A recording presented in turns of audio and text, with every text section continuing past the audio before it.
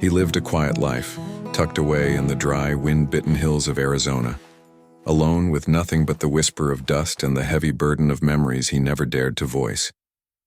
His world was small, a weathered cabin, an old shotgun, and regrets so ancient they seemed to grow roots beneath the pines. But that day, everything shifted. She stumbled out from the tree line like death itself was clawing at her back, barefoot, dirt-streaked and wrapped in nothing more than a shredded scrap of white cloth that might once have been a curtain or a dress. Her arms were torn, her lips cracked, her face ghost pale. But her eyes, those eyes, they held the kind of terror that could silence thunder. She collapsed right there in front of him. No scream, no name. Just two words, ragged and trembling, escaping her lips as she clutched the filthy fabric to her chest. "Please don't." James froze. She wasn't bleeding much, at least not on the outside, but her body shook like she'd just crawled out of hellfire. He stepped closer. She flinched but didn't pull away. Then the cloth slipped slightly, and what he saw beneath it turned his stomach to stone.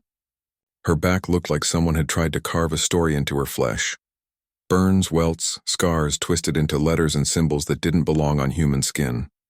As if someone had signed their cruelty there, branded her with their sin. James staggered backward.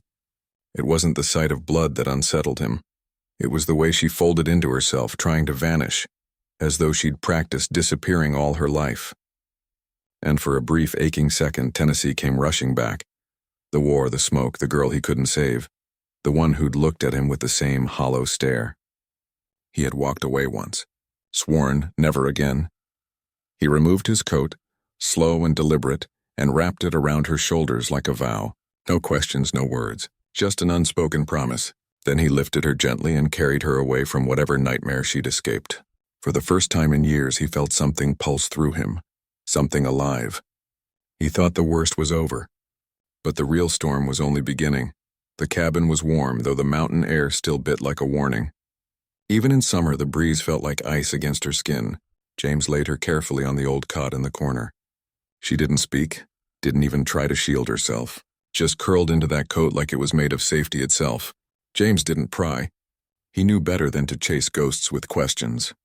Instead, he did what men like him do when words have no place, when he lit a fire. Not for the heat, but for the sound, the heartbeat it gave to the room. She watched the flames like a hunted creature, every flicker reflected in her wide eyes. Every creak outside made her flinch. Even the wind's touch on the shutters sent shivers through her. James brewed a pot of coffee, bitter, thick, and years past fresh, just to give his hand something to hold.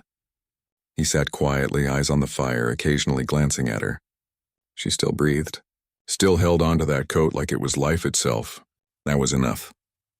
For now, sometime past midnight, she stirred. Her head turned, and for the briefest heartbeat, their eyes met. No words, no expression, just recognition. The kind only broken souls share. James gave a small nod, the kind a soldier gives when silence means survival. She turned away again. By morning, her first word came, and soft and rasped. "Water."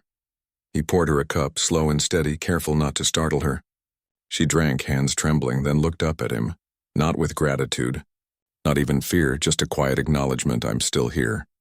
What James couldn't know then was that this one word, this small act of mercy, would awaken something that no fire, no weapon, no silence could contain. That next day, she barely spoke.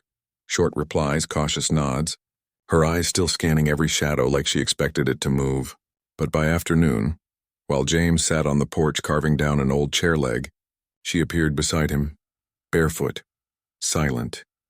She sat on the steps, staring into the trees as if they might answer something. Then, in a voice that barely carried, she whispered, maybe to him, maybe to herself, "They used to make me clean their boots." James didn't look up. He just kept carving, the rhythm of the knife against the wood steady as her confession spilled out.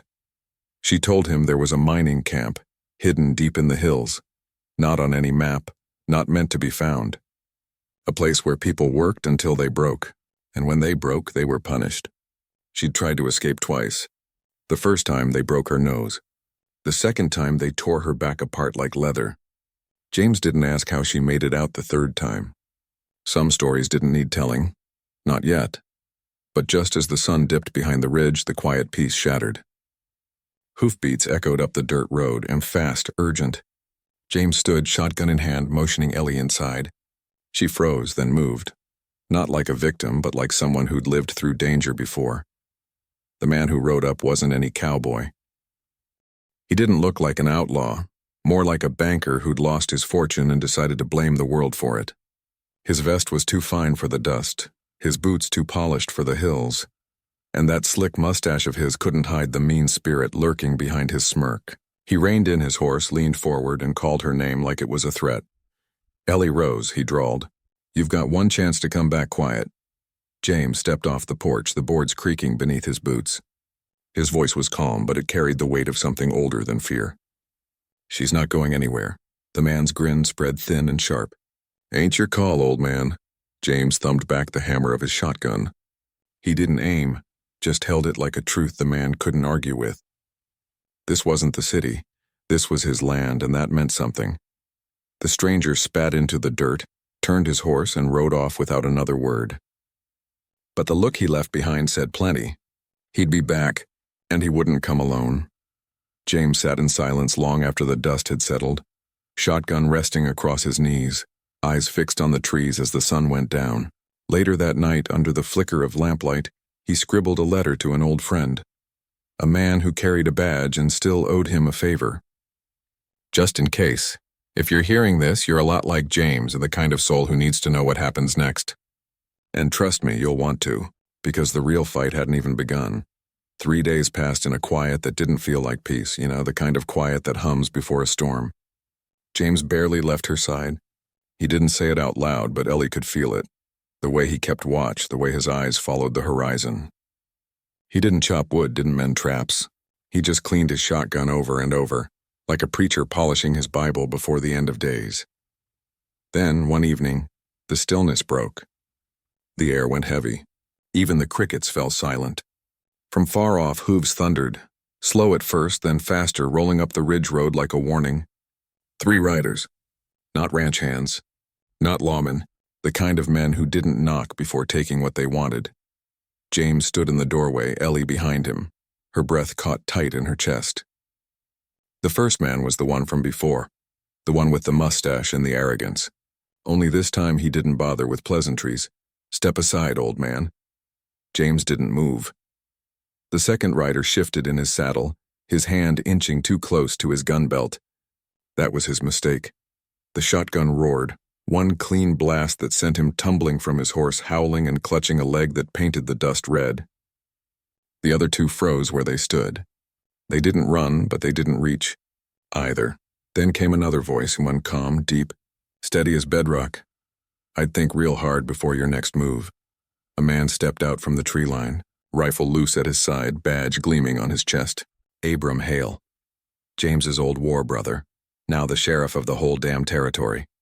Abram looked each man in the eye, his tone low but carved from authority. "This land's under my watch, and she's under my protection now." The wounded man groaned. Another muttered a curse. But they all knew what that meant. They turned their horses and rode off slow, leaving the mountain air heavy with gunpowder and defeat. Later, when the silence returned, James asked, "How'd you know to come?" Abram grinned beneath his beard. "You sent a note that smelled like smoke and regret. I figured something serious was brewing, and if you think that was the end of it, you'd be wrong. Some stories don't finish with gunfire, some only start there." When the dust finally settled, the quiet that followed felt different. It wasn't haunted anymore. It was clean, honest. The kind of quiet that lets a man hear himself breathe without shame. Ellie didn't hide as much. She still startled at sudden sounds, still woke some nights shaking from dreams too real to shake off. But she was there. At the table in the mornings, sipping coffee, asking about the stove, about the hills, about the world. Tiny things. But tiny things mean everything when you've crawled back from the dark, James noticed. The way her gaze lingered out the window a little longer each sunrise. The faint trace of a laugh, so soft it barely stirred the air. And how for the first time in forever he didn't know if he was healing her, or she was healing him. One afternoon she gathered wildflowers and set them by the window. James didn't say a word. But the next morning he swept the porch clean, first time in years. They didn't call it love. Didn't call it anything. But one night, while they shared stew and bitter coffee, Ellie looked up and asked, "You ever think some folks weren't meant to save others? Just to give them room to save themselves?" James only nodded, because if he'd spoken, he might have said too much, and that's how it was. Two souls in a cabin, rebuilding something the world had tried to take. A slow, quiet mending that didn't need permission or a name. But here's the truth.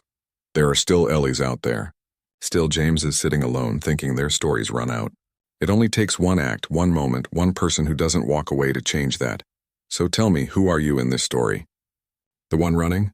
Or the one who stays and opens the door? If this tale found a place in you, let it sit there a while. Maybe share it. And if you want more stories of grit, grace, and the kind of redemption that rides on the wind, you know what to do. Hit that subscribe button, because out here in the West, stories don't end. They just keep riding.